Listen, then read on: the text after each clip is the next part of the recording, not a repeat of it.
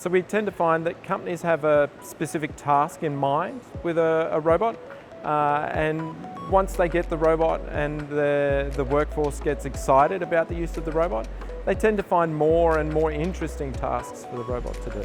At the moment, robotics is still a difficult thing to control. So for me, defining success for robots in my work would be to have less of a barrier for interacting with robots. Each task needs to be measured by its own merits, its own limitations, its own barriers, and also its own input on the people that will actually be doing that task or working with a robot on that task. A company came to me called UAP, who's our co-located company here. They're the biggest public art company in the world. And they were like, oh, we have all this really unique bespoke requirements, but we're not automated.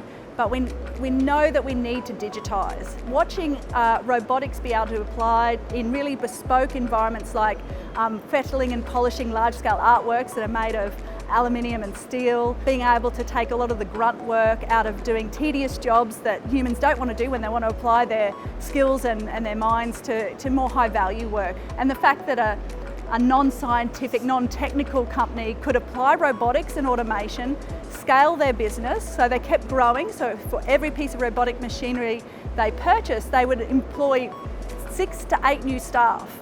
So they just kept growing. It gave them novel capability, also trained up their workforce in that process. The introduction of technology into companies definitely triggers a review of workplace health and safety policies.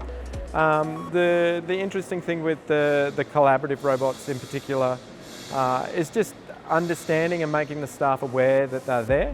They are collaborative and they can work alongside people, but we still need to be mindful that they are a machine and they can still interact with us in a way we mightn't like. This is how, for me, I've been able to put into action how Australia needs to do that digital transformation work and how we need to succeed in it. So we're not just an inheritor of innovation, we're a maker and a creator of innovation so that our country can have high-value jobs and we're not just like a leisure economy.